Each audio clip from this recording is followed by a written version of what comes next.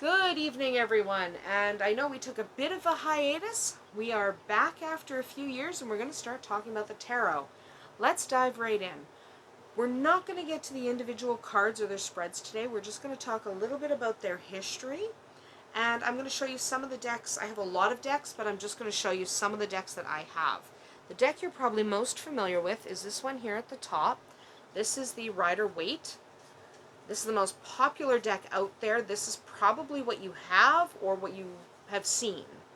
So when we're talking about symbolism and imagery later in different videos, we are going to be primarily working with this deck, though I will show you examples from other decks as well. My favorite deck is on this far edge, the pink one. These are very romantic, very whimsical. I enjoy these.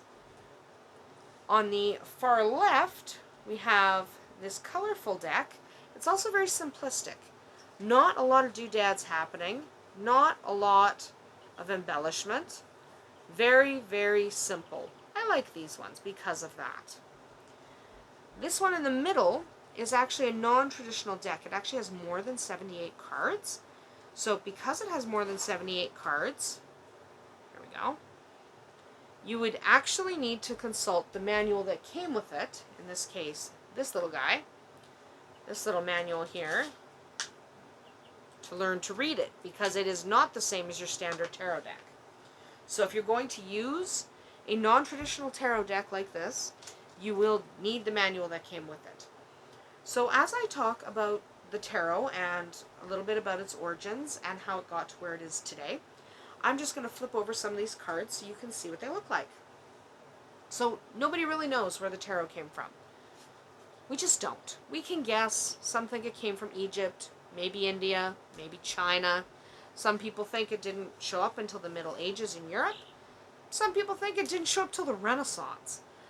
We don't know. It's almost certainly older than the Renaissance. Beyond that, I don't know. There's a lot of guessing, a lot of speculation. No real hard evidence beyond the 1500s. In the 1500s, ooh, the moon. In the 1500s, we know there were decks, but we don't really know much before that. And it doesn't necessarily matter, because the imagery we're familiar with these days mostly comes from the Rider-Waite deck, this one at the top. Now, the Rider-Waite deck didn't even show up till the 20th century. The 20th century saw the mystic Arthur Edward Waite, A.E. Waite, take the stage. He completely reinvented the tarot. He started over again almost. He created eclectic but tightly integrated representations of the universal consciousness. Waite's focus was on the major arcana. Okay, so this is a minor arcana card. I put this one in the wrong pile. Great. Major arcana are things like the sun, the moon, the devil. Okay, minor arcana are your suits. So we've got a lot of minor arcanas, like these ones. Okay, major arcanas are like these guys. Alright? So one is suits, one are these special cards, the trumps. So he focused a lot on the major arcana. The first half of the trump cards illustrates the descent of the Fool. Now the Fool is the very first card in the deck. Okay, I'll just see if I can locate him real quick while I'm talking. So the Fool is first, and here he is, very fast. I usually can find him pretty quick. That's the Fool. Okay, so he descends, then he ascends. Goes down, then he goes up again. So his journey encompasses the entire spiritual journey of man, of humans. Waite was also the first to use detailed images on the suits cards, also called the minor arcana. So you'll notice that there's a big difference between a card from a minor suit, like the Five of Swords, and, for example, the Two of Swords here. Not a lot of imagery. He was the very first to use detailed images on the suits card. So before then, they were just suits. They didn't have a lot of images. They were just pentacles, wands, cups, and swords. A lot like these guys down here. He changed it up so that we would see cards like this, even though this isn't Rider-Waite. But you would see more detailed imagery on the minor arcana. The images were designed to facilitate the interpretation of the cards when they're used together in a spread. So it's easier to remember what that means, because it has a picture reminding you, than it is to remember what that means, because it's just two swords. The creation of the Rider-Waite deck spurred a renewed interest in the tarot. Suddenly, New Agers, pagans, this is upside down, occultists, and everyday people were attracted to the tarot and its symbolism. This deck also served as the inspiration for hundreds of other decks, some of which are still being reworked today, so you're always going to have new decks showing up. The beauty of the Rider-Waite and its derivative decks is that it is more intuitive than a lot of other decks. It reduces the need to memorize large amounts of information simply because a lot of the imagery, you just have to look at the card and you can kind of see the story. You can kind of see that this guy's about to walk off a cliff. He has no idea. Okay? He's optimistic. He's in trouble, but he's optimistic. So it makes it easier if you can see kind of what the story's supposed to be in the card itself. The evolution of the tarot meant that it could now be used for many more applications. It's Wheel of Fortune. I love that card. It has been frequently utilized as a tool for meditation, soul searching, psychological healing, personal growth, and brainstorming. There are even psychologists and psychoanalysts who use the tarot for therapeutic techniques. The tarot has become a pretty commonplace in the modern world. The known timeline of the tarot might be full of holes and misinformation, but at least we know when Rider-Waite came along and the effect it had on modern tarot. Now, tarot wasn't always as common as it is today. Today, lots of people have tarot decks. They're all over the place.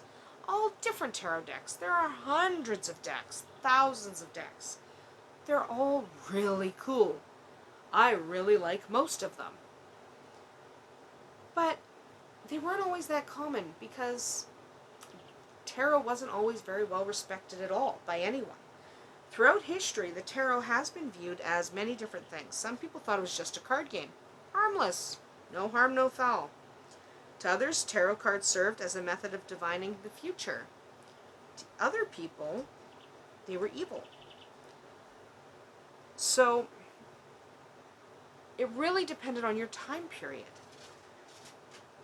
So, in the Middle Ages, they were regarded a lot like a lot of other things were. Some thought they were fine, some ignored them, some were afraid of them. That was the era. It was pretty normal for there to be differing opinions. There were those who would use them as playing cards, and those who would use them for a more esoteric purpose. The church, however, didn't like them. In the Middle Ages, much like today, the tarot was filled with pagan imagery. You look at that. You can see the pagan imagery. Look at the pentacle. Look at the cup. Look at the wand. Look at the athame. These are pagan, okay? They just are. The church considered these images to be the work of the devil. Sounds silly today, but that was the way it was. So they worked really hard to suppress anything that was linked to the mystical, including tarot cards. By the time of the Renaissance, the tarot had mostly been regulated to the mystery world, right? Occultists knew about them. Most other people didn't. They weren't considered relevant or acceptable in polite society, so they just weren't everywhere. The Middle Ages, a lot of people had tarot. Renaissance, not so much. So because of the change in opinions and the changing of the times, the cards were progressively doctored and changed to reflect the spiritual beliefs and practices of the various groups who had them. Since these groups had little or no contact with each other, the tarot decks they were using became very different from each other. As a result, the tarot decks we see today are an interesting mix of Kabbalistic thought, Arthurian legends, and both pagan and Rosicrucian symbols.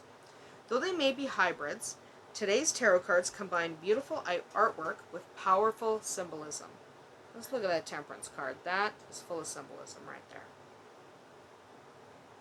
They are respected for both their power and their appeal. People love tarot. Tarot cards are a popular tool for many people from many spiritual backgrounds and walks of life. Though their origins are difficult to ascertain, I apologize, I can't speak today, I'm exhausted. Their place in today's world is pretty easy to determine because everyone has them now. Everyone has seen or heard of the tarot. They're in popular TV shows. They're just everywhere. I hardly know a person who doesn't have a deck. Most people I know have more than one deck. Even people who are not pagan. Okay? I love these ones. Yes, I love these. Look at that. So simple. The problem with simple is it's harder to interpret because there's less to look at. So if you look at a card like that, Strength, versus, I don't know, the Magician, he's full of symbolism. You can kind of get where he's going or what he's thinking. With these ones, there's a little bit less there, right? Just a little bit less. It's easier to interpret ones that are more full of imagery. So there are a lot of different ways to use the tarot, and that changed throughout history. Today, we use them a lot for divination. We might also use them for counseling sessions, other things like that. You can use them in ritual, you can use them for meditation, you can use them for a lot of things. But we don't want to make a really long video, so we're going to come back and talk about using the tarot a little bit later. Come back soon.